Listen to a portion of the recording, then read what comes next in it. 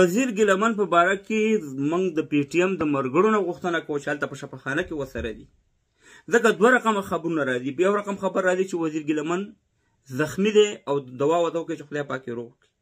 بل طرف نه خبرونه راځي د پی ټي ایم د ملګرو نه چې وزیر ګیلمن چې دی په شهادت رسېدلی.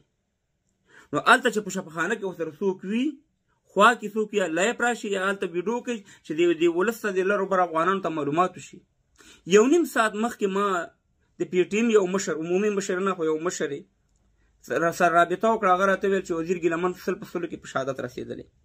بیا مې چې فیسبوک ته سر دننه کوو، ټیک ټاک مې وکتو، ورو هر سړي ورو ویډیوګانې کړې چې وزیر ګیلمن شهید شوی دی او جړاګانې وي او موږ سره مهربان ټول افغانان خفه وو. اوس هم خفه د وزیر ګیلمن ته د الله ډېر عمر ورکړي، خو بیا په هغې باندې ډېر زیات ودرېدو. بیا ما خپله ویډیو وکړه او هغه ویډیو 2-3 منټه وچلېده، ما بېرته ډیلیټ کړه.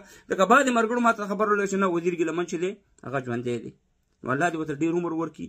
نو دلته داسې دی چې دلته خلک هم دروغجن کېږي، زه هم دروغجن کېږم، بل هم دروغجن کېږي چې مشرتام د پی ټي ایم مشران باندې چې وایي چې وزیر ګیلمن په شهادت رسېدلی او نور یې وایي چې نه ژوندی دی.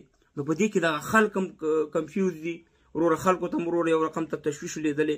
الله دې وزیر ګیلمن ته ډېر عمر ورکړي. الله دې وکړي چې دا خبره 100% کې دروغ وخېږي، خو دې ولس ته وضاحت پکار دی چې ولس هم پوه شي چې څه روان دي هلته.